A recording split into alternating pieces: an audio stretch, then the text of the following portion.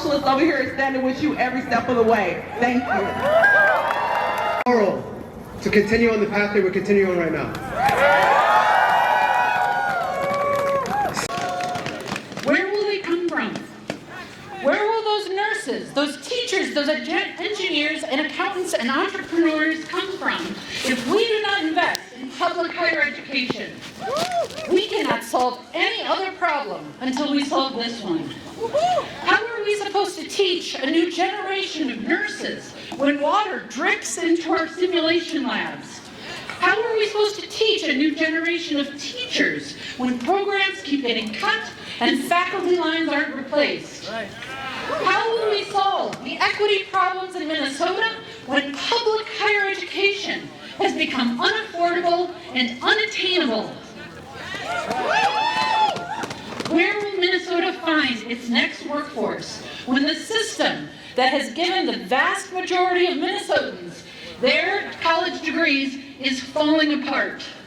We cannot solve any other problem until we solve the higher education problem.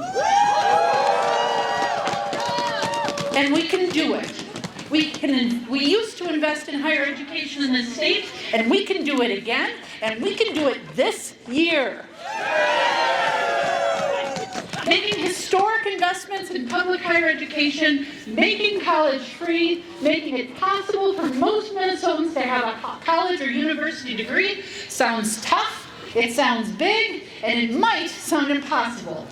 And it might be tough, and it might be big, but it is not impossible.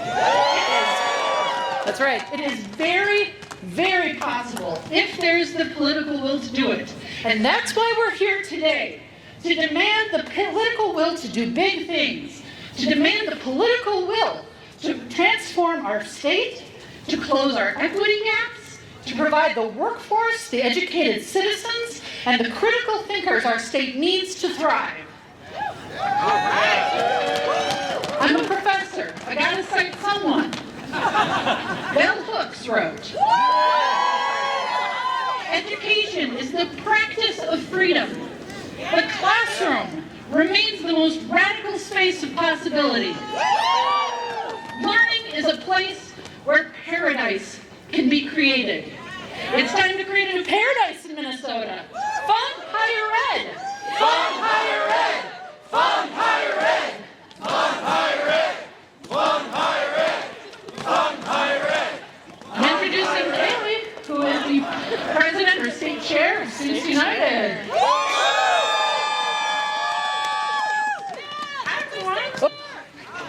Here. My name is Ty Weber. I have to hold this. Where? Here? Someone's mic. Sorry. I'm the state chair of Students United, and I'm standing before you today representing the thousands of students across the state of Minnesota who have, will, or are attending our state universities. We have students here from every campus to raise our voices. We are the future of Minnesota. Teachers, nurses, first responders, and community leaders, and we are asking our lawmakers to invest in us. When our state's leaders and legislatures wonder why our state has workforce shortages or why young professionals are slow to buy a home, start families, or place roots in Minnesota, we're trying to tell you, tuition in higher education cost of attendance has skyrocketed. We are struggling not only to afford tuition, but with food insecurity and lack of resources for mental health issues and our well-being. Year after year, our colleges and universities have received less and less from the state, leaving students to shoulder the burden. Now is the time not only to say enough to the tuition increases and the disinvestment from leaders, but to take a step forward and transform higher education in Minnesota. Right now, our students are barely scraping by, but this bill represents a promise that our lawmakers hear us. Thank you, Sen.Fatah, Representative Pulowski, and all our partners for being champions for affordable higher education. With your help, we can get this done and make higher education a reality for all Minnesotans.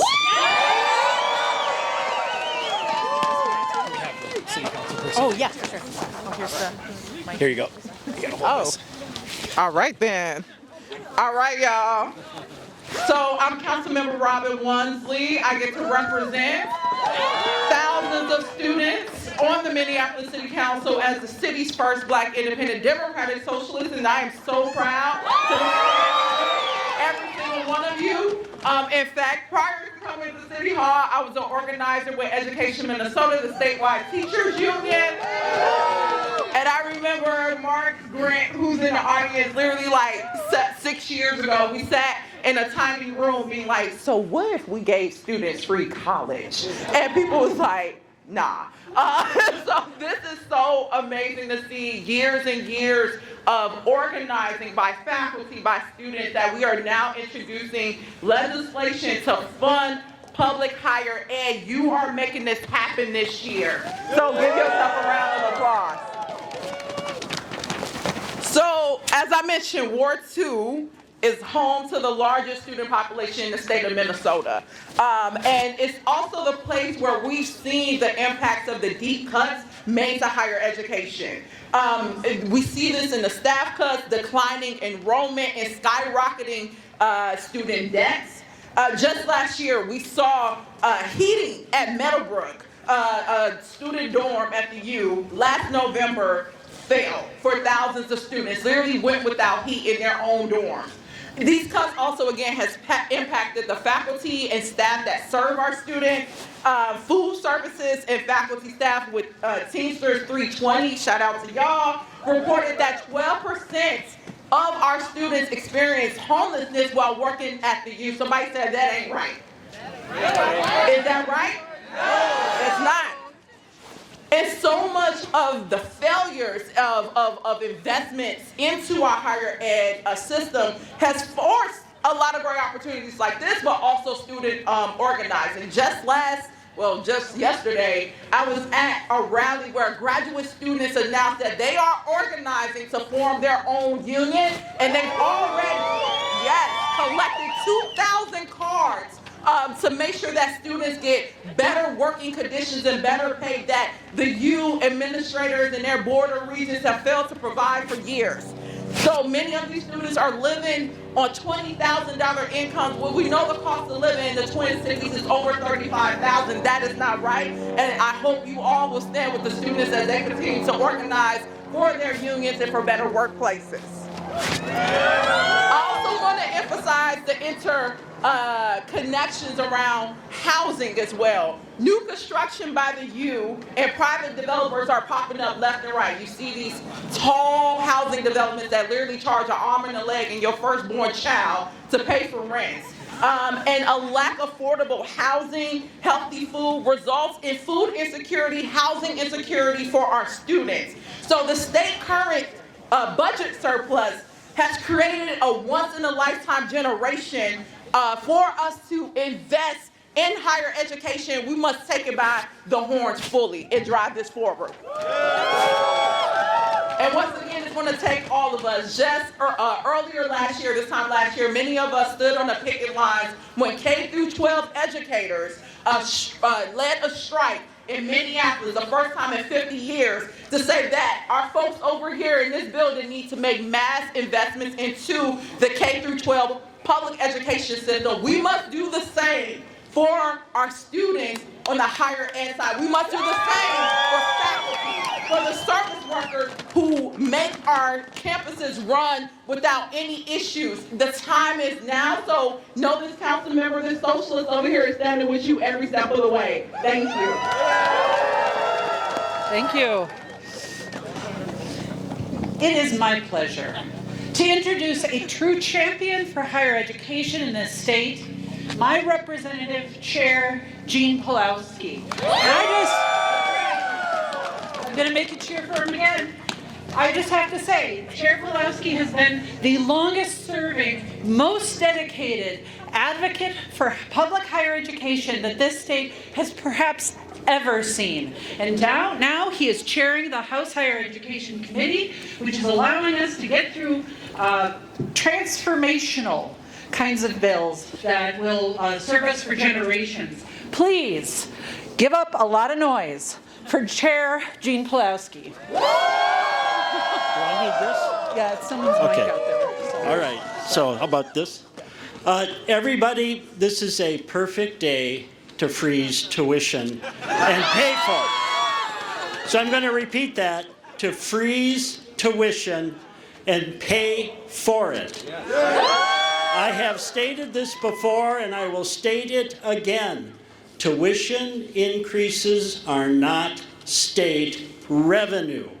They are taxes on a specific group of people which will pay for those taxes for over a decade. So I'll repeat that too.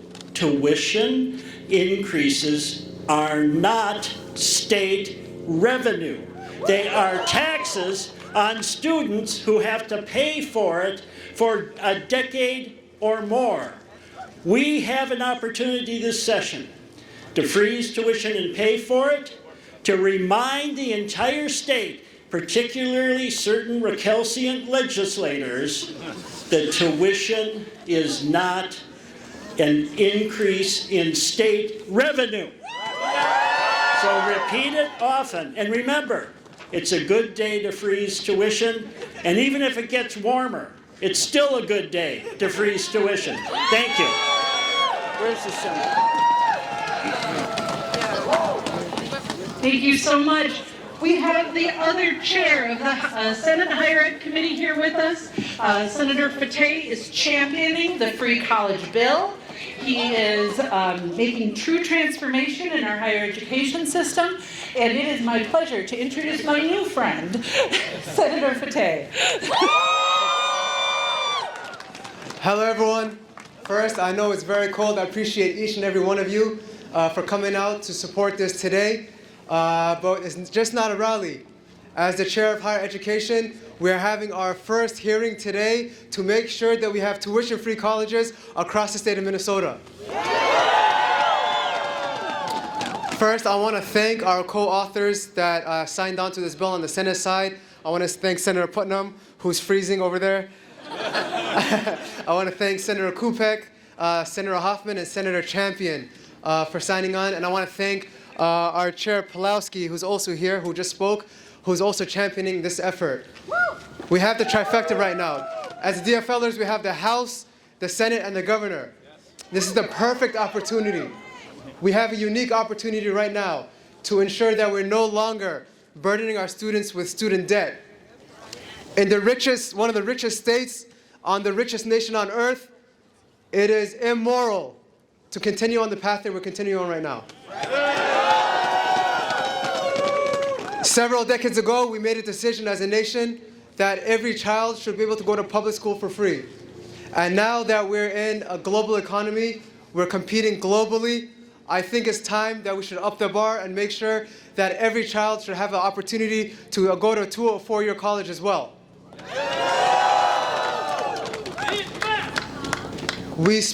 So the first few hearings we had this year, we heard from administration leaders, we heard from faculty and staff. We also had a student day in the Senate to hear from students. And each and every single time, they said to us that the number one priority is the students. The students. Students first. Well, what I want to suggest is that you're not just here for funding, though you are. You're here for students, and you're here for students because for you, higher education means something. This isn't just about the resource, it's about the moral underpinning that creates the resource. You're here, whether you're a student or you're a faculty member, because you know that higher education is more than just job training. If it were just job training, we'd have the corporations pay for it, right? It's not. You know what it is. Higher education is a path to change, to growth, to improvement. Whether you are that 18-year-old who goes to college for the first time, or whether you are that 30-year-old who's been a CNA for a while and is coming back for their RN, or whether you are that single parent who wants to have a better life for their child, you are today's modern college student, and you are committed not to just a personal improvement, but collective cultural improvement. Public schools are not just a path to the middle class, they're a path to citizenship. You are here involved in an activity, not just to fund schools, but to make our communities and our countries stronger. Higher education is about improvement, about growth, about making things better. There is nothing more patriotic, more American than the plight of today's post-secondary student. And you are here now engaged in that act of patriotism, trying to make the promise of the American dream real. Our friend down here has a sign that says American dream, question mark, lies, exclamation marks, unhappy face. But you know, my friend, here's the thing. You're here in proof that that dream can be true. When we think of what's great about higher ed, what's wonderful about higher ed, you right here, right now, are proof positive of the promise of higher education. You are here as educated citizens, working not just for yourself, but for everyone who comes after you. So I'm here to thank you for showing up. Thank you for your hard work. Thank you for your citizenship in making higher ed stronger, in making our community stronger, making young people stronger, making our future stronger, because that's what you're doing. Thanks. Come to the hearing. I'll see you there. It'll be warmer. Thank you so much, Senator Putnam. We have a ton of unions represented here today, and it is unions that make public higher education work in Minnesota. But we are part of a whole collection of public education.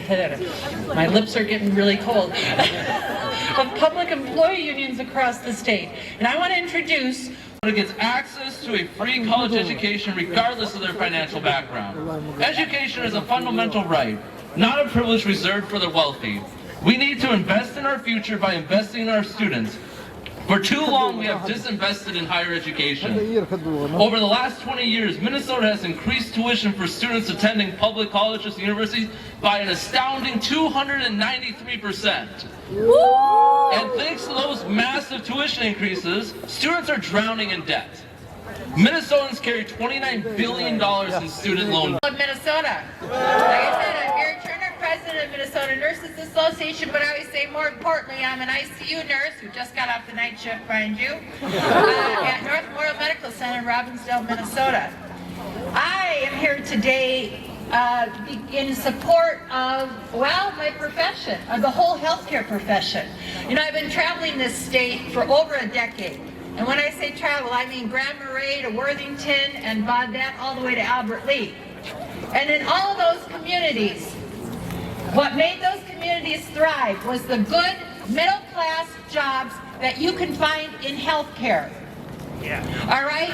It was the nurses and the doctors and the therapists and all the other healthcare professions those are the people that could afford the houses. Those are the people who could go to the businesses and spend the money. Those are the ones who generated taxes. The reason I'm going on about this kind of stuff is hopefully I will appeal to some of the greater Minnesota communities and their legislators. You know what I mean? Because healthcare jobs are good, honest, middle-class jobs that allows us all to thrive. Now, why am I here? Why did I drag my butt out of bed after 2 hours of sleep? Because I'm here because our industry is in crisis. It doesn't matter where you go, inner city, out in the you know, the reaches, far reaches of Minnesota. Healthcare is in a crisis because we are lacking bodies. We are lacking people that are educated to be able to carry on into the future. We've got more and more patients, old baby boomers, you know what I mean? We're coming up. We got more patients than we can take care of, and we are tired of doing more with less. Woo! And the reason we're doing more with less is because none of you can afford to go to college. Yeah. So we have got to find a way, because it can't just be the elite. It can't just be the ones who want to be a doctor. And I do a plug for the doctors. I wouldn't like to have $1 million worth of student loans when you get out. We've got to find a way so that we can replenish healthcare. Because don't even kid yourself. At some point, all of you will see a nurse or a doctor or something, and you need for us to be there. But we first need for you all to be able to go to college, pay for it, and still be able to buy a house when you're done. I'm going to go to that committee and I'm going to do the same pleading, because I'm pleading for all of Minnesota's people so that we can live and thrive. And the only way we can do that is with good education, good jobs, etc., etc. Thank you. Thank you. Give it up for our nurses. Where would we be without those nurses? Let's see. Next, I've got Matt, John. Whoops, sorry. Oh, Senator Herr. Well, I'm just here to support all of you, and I'm also here to support the higher ed chair, Sen.Fatah, so I'm having my backpack today because education is never ending. So we need to make sure there's tuition free and all for the future of our next generation, and all including you. So thank you for giving me a little time here to insert myself. Thank you and have a nice day. Thank you so much, Senator Herr. I've got Matt Runningen, the president, John, sorry. I've got John Runningen, president of LEAD MN. Where's LEAD MN out there? Received my bachelor's and my master's and my associates and my high school diploma, and as an Indigenous person, I've never seen somebody who looks like me at the front of a classroom. And so subliminally that tells you that you don't belong in places, and I made a decision to show up in this space to make sure that we belong. I think in higher education, it's often about what kind of privilege you come from, what kind of savings accounts your parents set up, what kind of financial access you have. And I really believe that we need professionals in the world who look like us so our next generations can see us in this work and in this movement. And so I truly believe that higher education needs to be an opportunity for everybody and not just a privilege for some. So we will continue to fight for this. We will continue to have these conversations in all the spaces that we need, even if it's a little chilly. We'll remember our jackets next time. But thank you for your work. Thank you for coming. Thank you for everything you do. Hello, everybody. I'm Representative Jess Hansen. I represent District 55A down in the South Metro, Savage, and Burnsville. And I'm a first-generation college graduate. I have $80,000 in student loan debt. And I am on the Higher Education Committee again this year. I went to St. Kate's, and so I'm a proud Katie, and I'm a Maple alum from 27. And we are here to say that yes, and to everything we do in this body needs to include students. It needs to include youth. It needs to make sure that college is accessible for everybody, and that we're creating pathways that give us a sustainable workforce into the future. We know that we have a number of career pathways that are struggling right now. Services for people with disabilities in our mental health arenas are short-staffed. The best way we do that is we give free college to everybody. We have free college options on the table this year, and this is the best year to be fighting for this in Minnesota because you are all with us. We can't do this work without you, so please keep showing up. Please keep telling your stories. Please keep sending me emails and keep up the great work. Take care. Working very hard on your behalf. Believe me, the Chancellor and I have been visiting with them and lobbying them, and they're doing all they can on behalf of our public higher education systems. I want you to know that Senator Putnam's words were profound. But you know, you can't do all of that without some money. And so we need a budget, a good budget. And so, following a series of hearings on our various campuses across the state, we decided that we would make an ask, a big ask, an ask for student support, to freeze tuition, and to provide wraparound services that students are asking for these days. Secondly, to support our campuses and have a good, strong, sustainable budget for our عليكم ورحمة الله. مقعدكم عمر فاتح, State Senator, District 62, South Minneapolis. Also the chair of the Higher Education Committee. here in the Senate. We came to advocate and support for tuition-free colleges and universities here in Minnesota. We heard from students that they're being burdened with student debt. We heard from faculty, advisors, we heard from leaders that the number one priority for our universities and colleges should be our students. And this is a good step forward to make sure that all of our students, no matter where they're from, are able to go to school debt-free and tuition-free. Thank you.